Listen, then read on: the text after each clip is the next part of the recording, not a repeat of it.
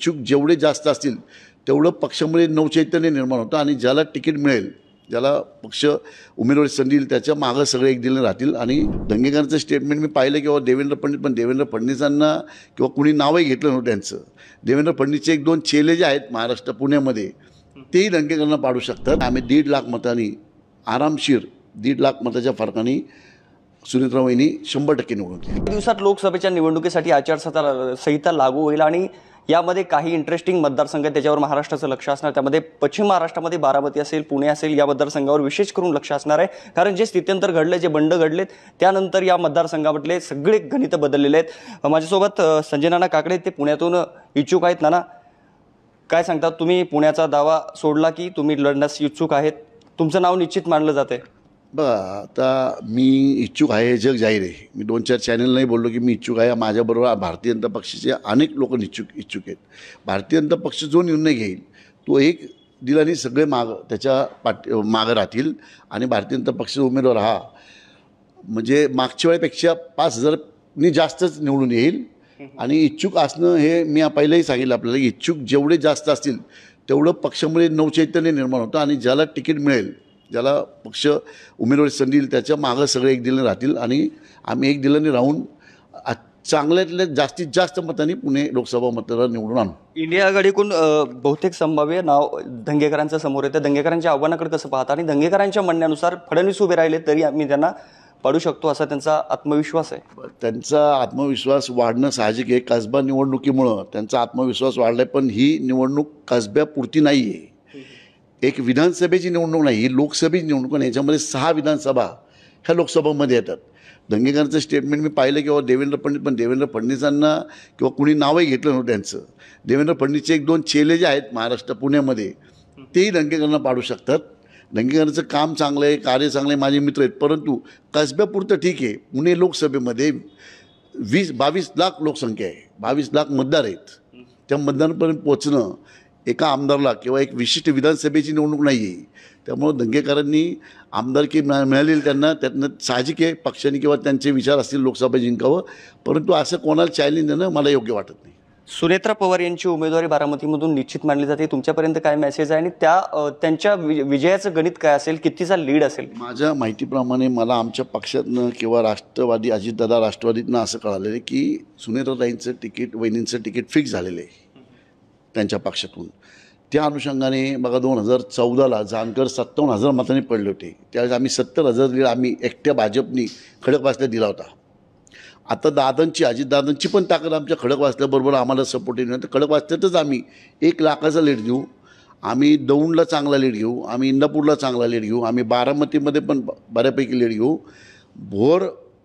भोरमध्ये सुद्धा आमची टक्कर होईल. परंतु 5-10 हजार लीड आम्हाला मिळेल.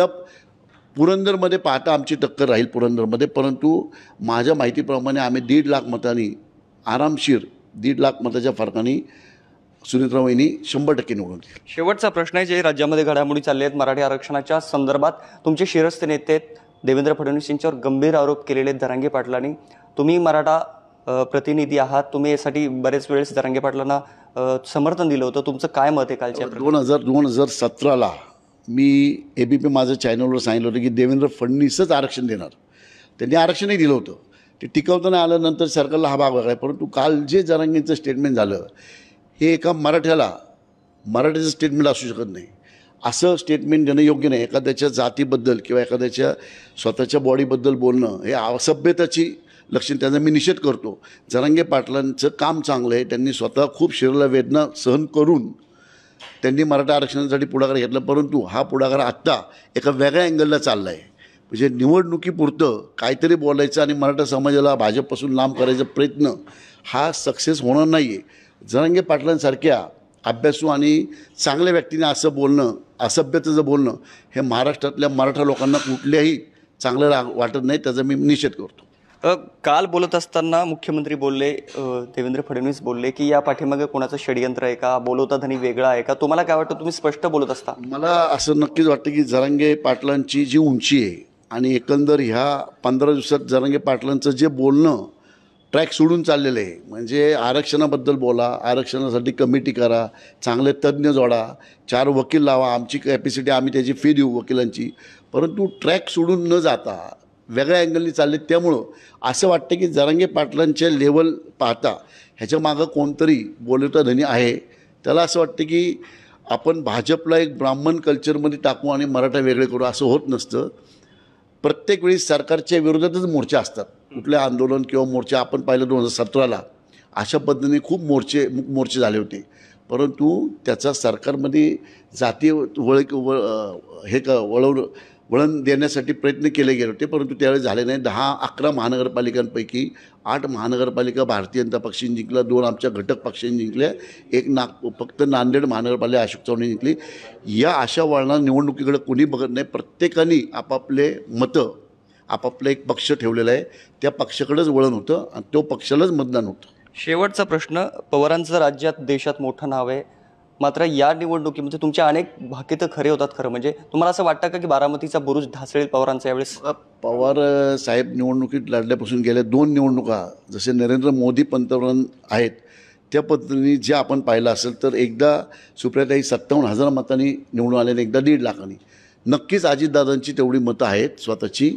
आमची मतं, पारंपरिक मतं आमची जी 4 लाख धरून, अजितदादांची 2.5-3 लाख मतं धरून आरामशीर आमच्या सुनेत्राताई वहिनी आरामशीर 1.5 लाखापेक्षा जास्त फरकाने निवडून येते. निश्चित तर हे होते खासदार संजय नाना काकडे. त्यांनी सांगितलं की बारामतीमध्ये आमचा विजय निश्चित आहे आणि 1.5 लाखाच्या फरकाने आम्ही सुप्रिया सुळे यांचा पराभव करू. शिवाय मी लोकसभेसाठी इच्छुक आहे. पक्षाने जर मला संधी दिली तर पुण्यातून निवडणूक लढवण्यासाठी मी इच्छुक आहे. शिवाय जरांगे पाटलांची भाषा मला आवडली नाही. याआधी मी त्यांच्या अनेकदा समर्थन केलं, मात्र काल त्यांनी जे व्यक्तिगत टीका केली आणि त्यांच्या फडणवीसांवर जे गंभीर आरोप केले ते काही आवडले नाही. हे सर्व त्यांनी आपल्या लाईव्हमध्ये बोलत असताना मत व्यक्त केले नाही. विष्णू सानप, लेट्सअप मराठी, पुणे.